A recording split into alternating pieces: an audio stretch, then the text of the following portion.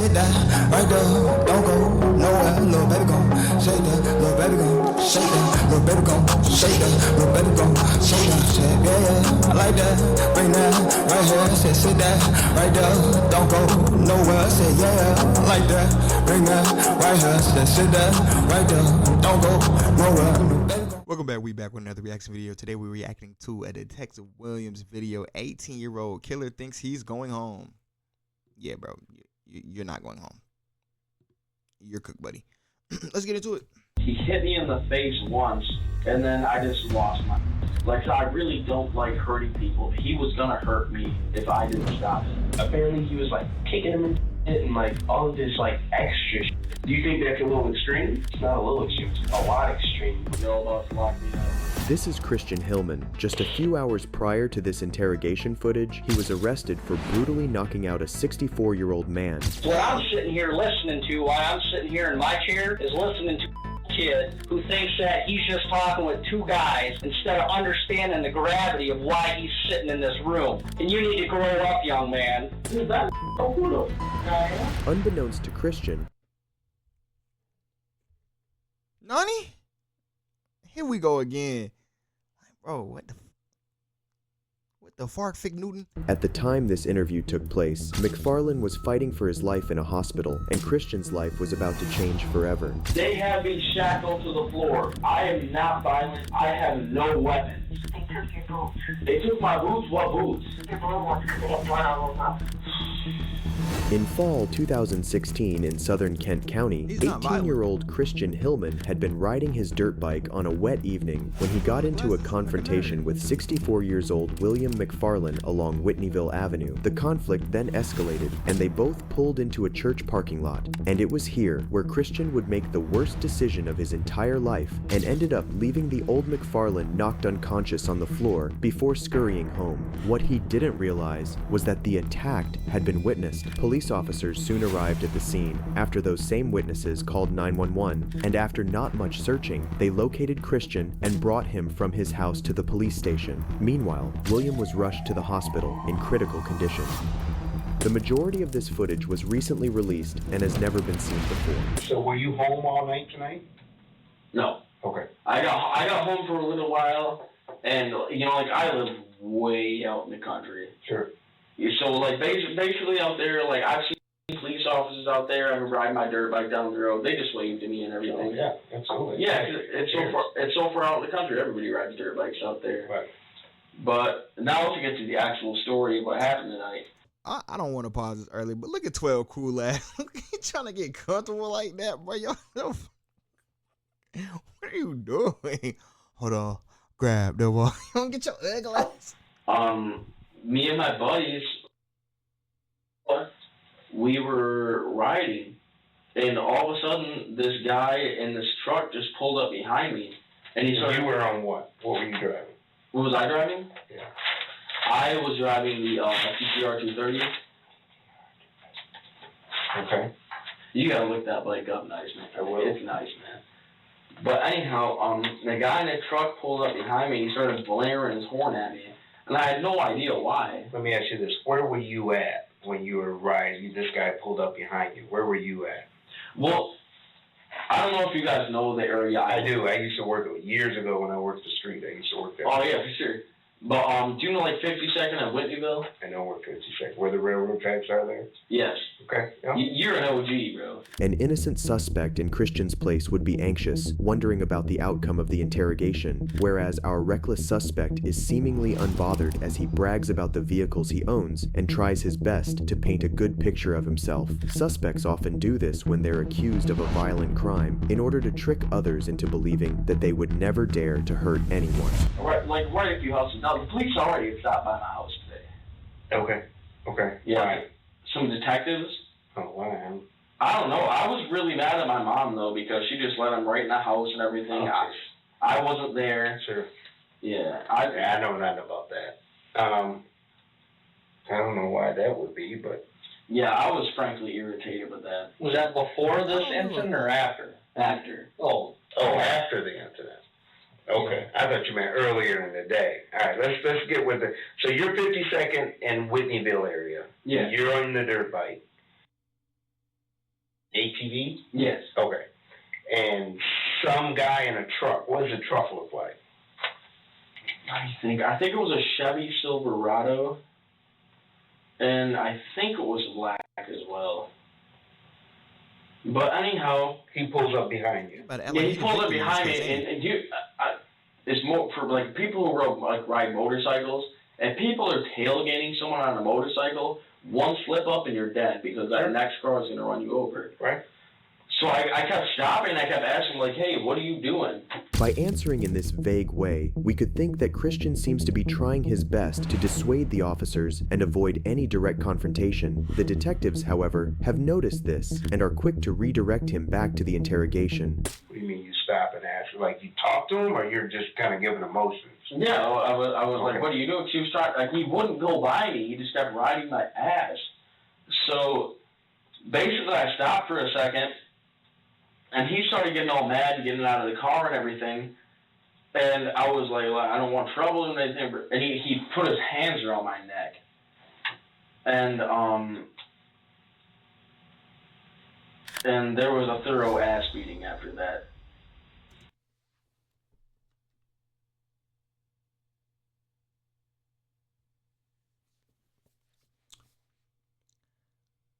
I don't believe this young punk ass nigga. Like, bro, he says the old man put his hands around his neck.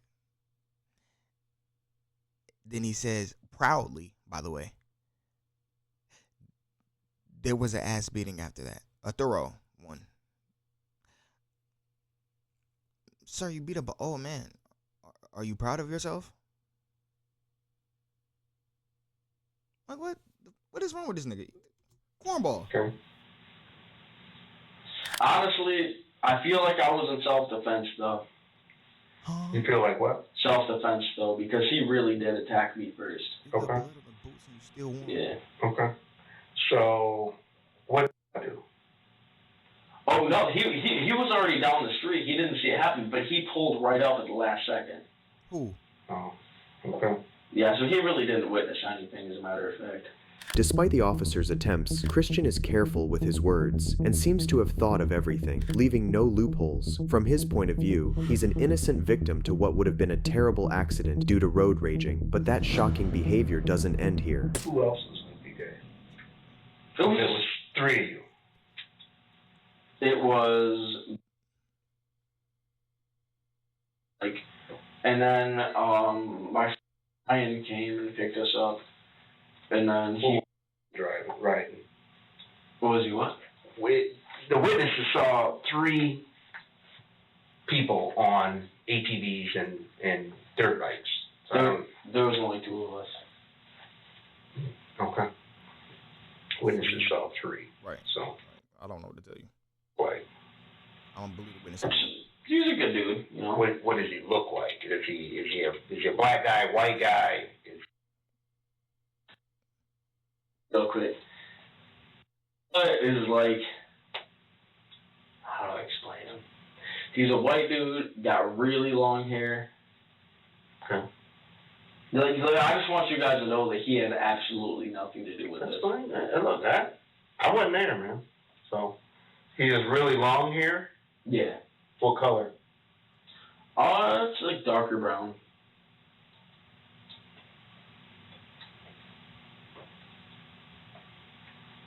Okay. Is he taller than you or shorter? I mean, not by like a really long ways, but. Could I put these handcuffs on? No. You don't. Alright. Those aren't handcuffs. Those are ankle cuffs. You go around your ankle. Hell yeah. So hold on. He's not cuffed right now at this moment in time. Sir, he stomped the old man out. He gonna need them cuffs on. Matter of fact, he predicting his future. Go ahead. Let him rock his new jewelry. So you're riding the ATV. This truck pulls up behind you, and it's just kind of following. Yeah, like he turned his brights on. He like tried to run me off the road. Like, it's a small dirt bike. He pulled up the side and he started pushing me off to the side of the road. Like, I almost crashed a couple times. And that's when I was starting to get irritated because, I mean, that's just disrespectful. Like, I had lights. And he clearly could see that I had lights, but, like, I don't know what he was so... So was it already dark at this point? Yes. It was dark out? Yeah. And he... Basically what happened is I asked him, like, why are you following me? Like, why are you... Cause I pulled over into a church parking lot to let him go by, and he stopped. And then I honestly think he was intoxicated. Because he got out and he was slurring his words and everything. According to Christian, he was acting in self-defense, and he shouldn't be punished for it. But what he doesn't know is that police are searching his house at the time of this interview, and steel-toed boots of his were found covered in blood, which tells us that what happened wasn't just self-defense, as he claims. I pulled over, and you said he got out of the truck? Yeah, he got out of the truck, and he was like, what are you going to do? And what does this guy look like? Is he, like, young dude, or? No, he was, like, maybe 35, 40. Okay. And he got... Yo. Hey, this young nigga really don't know nothing. 35, 40, bro, there's no way you see a 60-year-old man and think he's 35, 40. What? Out of the car and he put big guy or small guy? Oh, he was a big dude. But he got out of the car and he put his hands around my neck like he was trying to strangle me. Did he say anything? Yeah, he was talking a lot of stuff. Was anyone around besides you? Yeah, some other people pulled up. Who pulled up? I have no idea who those people were. They were just bystanders. Did they say anything, or? Not really. They just looked. He's an old man. They saw him put his hands around your neck? Who could have put? Okay. But these bystanders, I mean, up after everything was over. Yeah. You said he wasn't involved in the beatdown, so how would he see when he put his hands around your neck? Well, he was there at first, but as soon as the fight started, that's when he wanted to shoot out. Okay. So he puts his hands around your neck, and like it was like a really hard. It wasn't just like a play thing. He was trying to strangle me. And then what did you do? Well, like I used to be an ex-heavyweight boxer, so he basically hit me in the face once, and then I just lost my. Okay. Like I don't know. Like I really feel bad about it. Like I really don't like resorting to violence. Like I hate violence, man. Sure. But I just lost my temper. Okay. Well, what did you do? I mean, you lost your temper. Did you yell at him? Did you spit on him? I don't know what that means. I wasn't there. So you lost your temper. What did you do? Explain the beatdown. What was the beatdown? Well, basically, he tried to pick me up. He was like, "Oh, I can guarantee you, he was intoxicated." Okay. And he got out of the car and he was like, what are you gonna do? Tried to put his hands on my neck and everything, grab my neck. So I got him off me, and I hit him in the face a few times. He started to like stumble down. With what? With what? What'd you hit him with? My hands. Okay. Okay. And then basically after that, I kept hitting him, and I was telling him to please stay.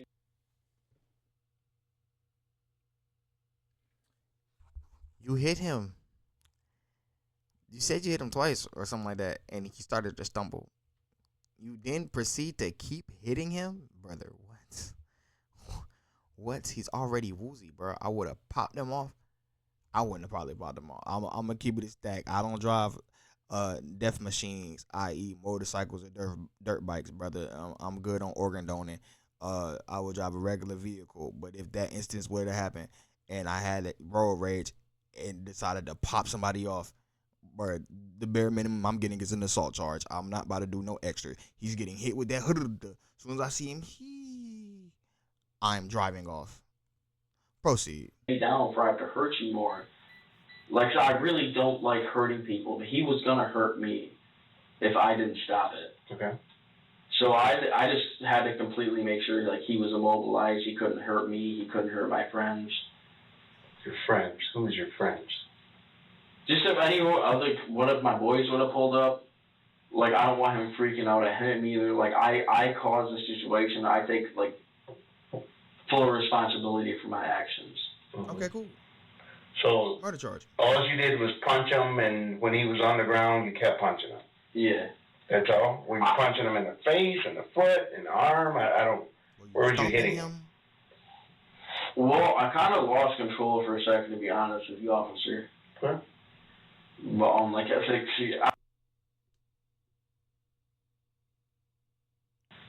so I need to read his lips.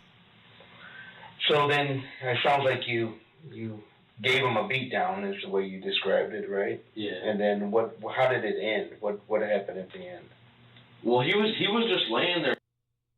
Because I really knocked him out cold because I didn't want him to get back up. But that isn't the only incriminating evidence that was found against Christian. One of Christian's friends who had been with him had taken a picture of Christian after the altercation and posted it on social media. This picture may very well be used to prove that Christian acted out in anger and without hesitation used the incident as an opportunity to brag about his tough persona. Despite trying his best to maintain his innocence, the cracks in Christian's personality start to show. So you guys do the beat down, or you do the beat down, and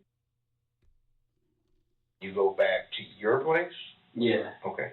Now, what was Ryan riding? What was his bike or ATV? What was he riding? Oh, he wasn't on an ATV. Was he riding with?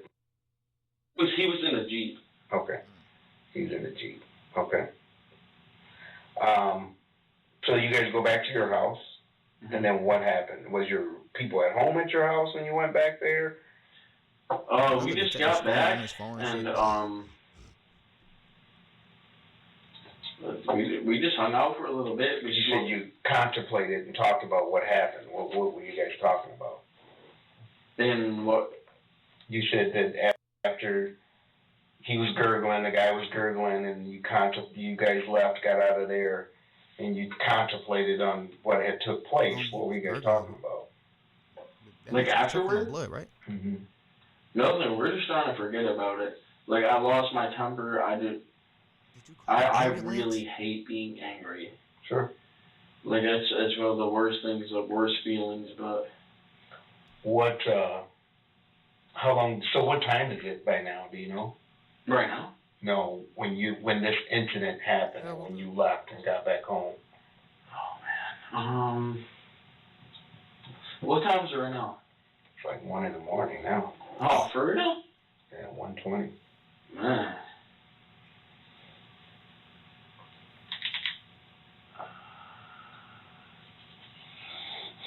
I'm surprised you guys are still up at this time, to be honest. What time my did you guys question, get fool. back from after riding? Do you know?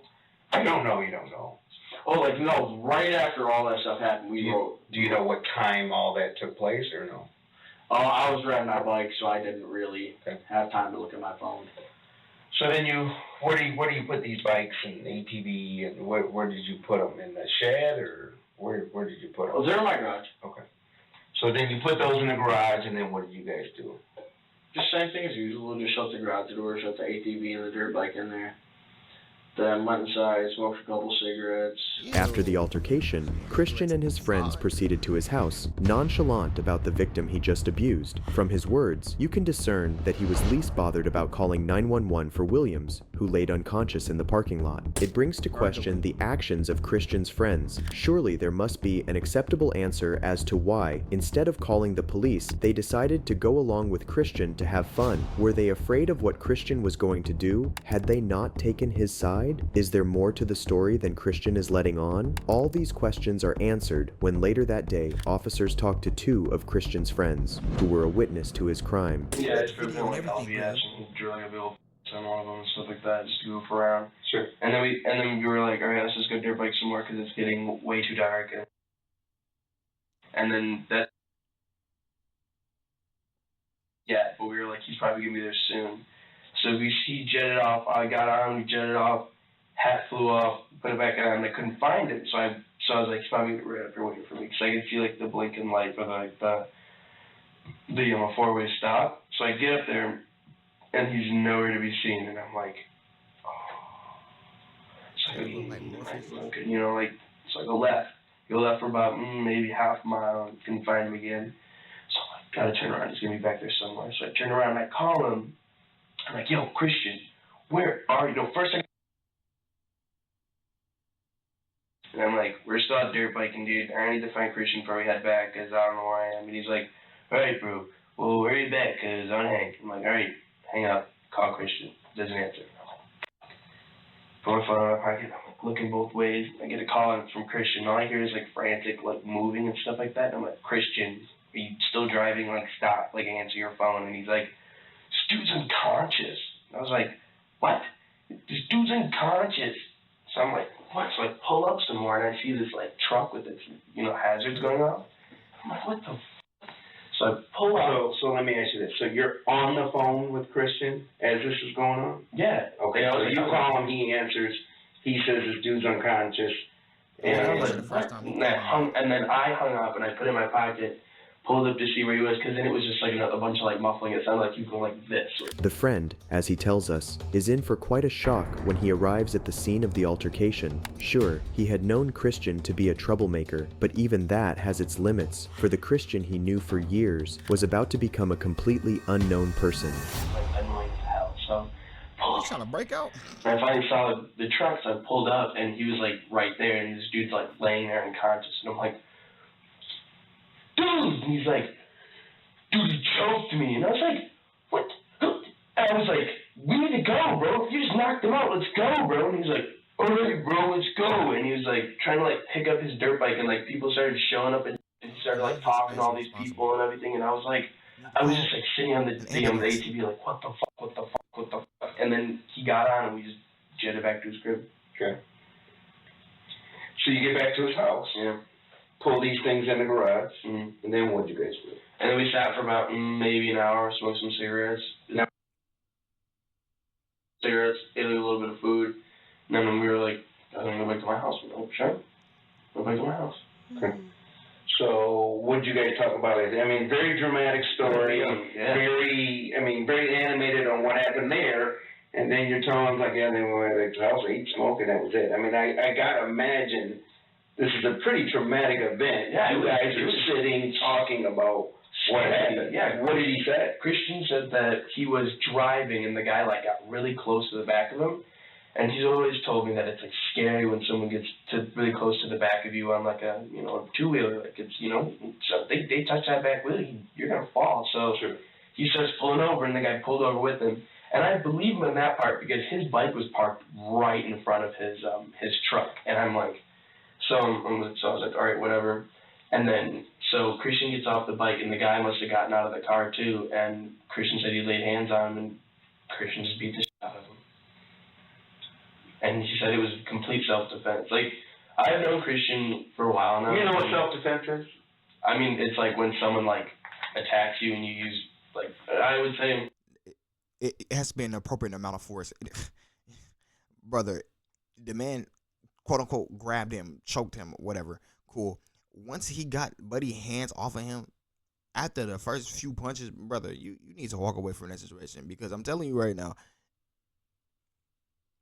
him having a bloodied hand and no, he's going to jail, prison. I guess a little bit. Did that sound like this scenario? No. As badly as he was hurting, I couldn't tell you. Honestly, as badly as he was hurting, do you think this is self-defense? No. Okay. Besides going to Grand Rapids Christian, you seem like you've been in the streets. You got friends who's in the streets.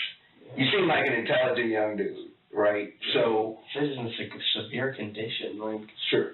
Like punching someone in the face and knocking them out's one thing, and or pushing someone out of the way or something like that. And then doing what? After you push him out of the way, you get the hell out of there. You know what I'm saying? Yeah. But apparently he was kicking him and shit, and all of this extra shit. I was just like, do you think that's a little extreme? It's not a little extreme. It's a lot extreme. Like, Sure.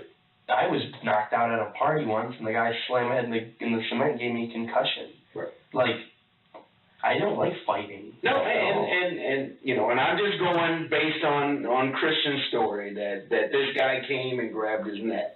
The other friend, who was also a witness to the crime, would surprisingly agree that Christian's actions, provoked or unprovoked, had gone too far. And unlike Christian, his friends seemed to show more empathy and emotion towards the victim. Were you there when he took that picture? Yes. Okay. It was on his porch. Do you know why he had him take his picture? No. Did he ask him to take his picture? No. Did Christian ask him to take it? No. I'm not really sure. Like, the picture was just taken. I think he just didn't even say anything, just took the picture. Okay. Did you take any pictures of him? No. No?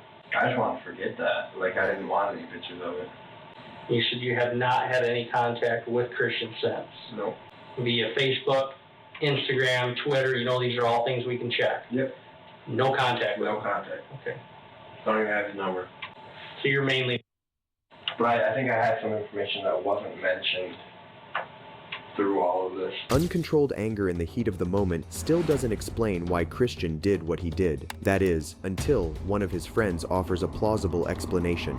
How do you know that? He told me. Or he told me. So Christian told you he was on... Xanax, 2 bars of Xanax. Anything else? And then I witnessed him take 2 more that night when I told him not to. So when he came in this office, that means he was on it. Oh, he was tripping when he was here. Yeah. That was clear. And I think that's what started the fight. Was He felt like he was invincible because he was on Xanax. Xanax. You ever taken it? You know. I'm just wondering, I've never taken it either, I'm just wondering what it does, what it makes you feel like. I heard it makes you like mellow and like, but in his case, it didn't. Clearly he was not mellow. Right. It made him violent, which is sad. Anything else? No. No. Christian's supposed drug use would explain his erratic behavior throughout the interrogation, and it would also explain his heinous crime. But in these types of situations, friends of the accused or witnesses can say anything that would help their friends escape. That is why everything's always taken with precaution. As for Christian, his anger got out of control, and now he must pay the consequences of it. And so the detectives inquire about the details of that fateful evening. Y'all about to lock me up? No. Well, we need you to be completely honest with everything. Oh, I'm being completely honest with you guys. Okay. Not being completely honest with everything. Okay. And I don't want to appreciate you're trying to come up with a story that it was self-defense and this guy grabbed me by the neck, and I don't have the forms with me. But do you realize there was an event at the church when this whole thing took place? You were so angry, you did not realize who was around, who was watching, who was listening.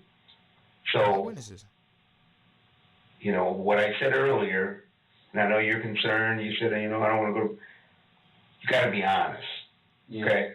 And I'm not yelling, screaming, I'm being just giving you straight up. You're being cool, bro. You got to be honest. I've done this job way too long to know, one, you're not giving us certain names because I think this might be your boy. You don't want to tell on your boy, blah, blah, blah. We're going to find out. So that's not going to help you out when we find. Or if it was another couple guy, I don't know. We'll figure it out. But the thing is, you're not being 100% honest. Okay, because there's 2 sides to the story, okay? 1 is yours, 2 and 3 is your buddies, 4 is the victim. So then you kind of look, all right, is the victim's story going to match up to your story? But in this case, it's easy, because we can take your story out and the victim's story out, and we can talk to witnesses who don't know you and don't know the victim.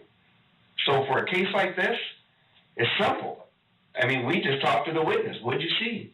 What'd you hear? Who did what? Who did what next? It's better than catching it on video, because you have witnesses who don't even know you and don't know. It's different if I say, Christian, we got 2 witnesses. Well, who are they? Well, it's the victim's cousins. Well, then that doesn't make sense. Of course they're going to say, you did this. These are church folks that's leaving a church, driving off, and witness this whole thing go down. And you guys didn't realize that they're standing watching this thing go down. They watched what you did, what you guys did. They heard what was said and what happened, and that's how we ended up there, is because they were the ones that called 911. Camera evidence is still So, better. your story is not even close to what these witnesses, these poor folks, saw. It's not true. Can I get an attorney in here? Boy, you should have asked for that off the rip. That's probably what we'll pick up on the next part of this video. Again, this was 18-year-old killer thinks he's going home. The curious case of Christian Hillman. Make sure y'all like, comment, subscribe, share the video, share comments on the video in the comment section below, and hit the notification bell so you can stay up to date when I drop videos on this channel. Stay safe, y'all. I'll catch you in the next one. I'm a cowboy, can't stop me, ain't to live is to come. All this pain got me feeling accomplished. See, these games turn me into a monster. Hey, I'm a cowboy, can't stop me, to live is to come. All this pain got me feeling accomplished. See, these games turn me into a monster. I'm a cowboy, can't stop, can't stop. Hey, all that pain got me feeling jaded. Many with the rope when to make it. Still plugged into the mix, but lagging out before the update. Drop back in, different time, same location.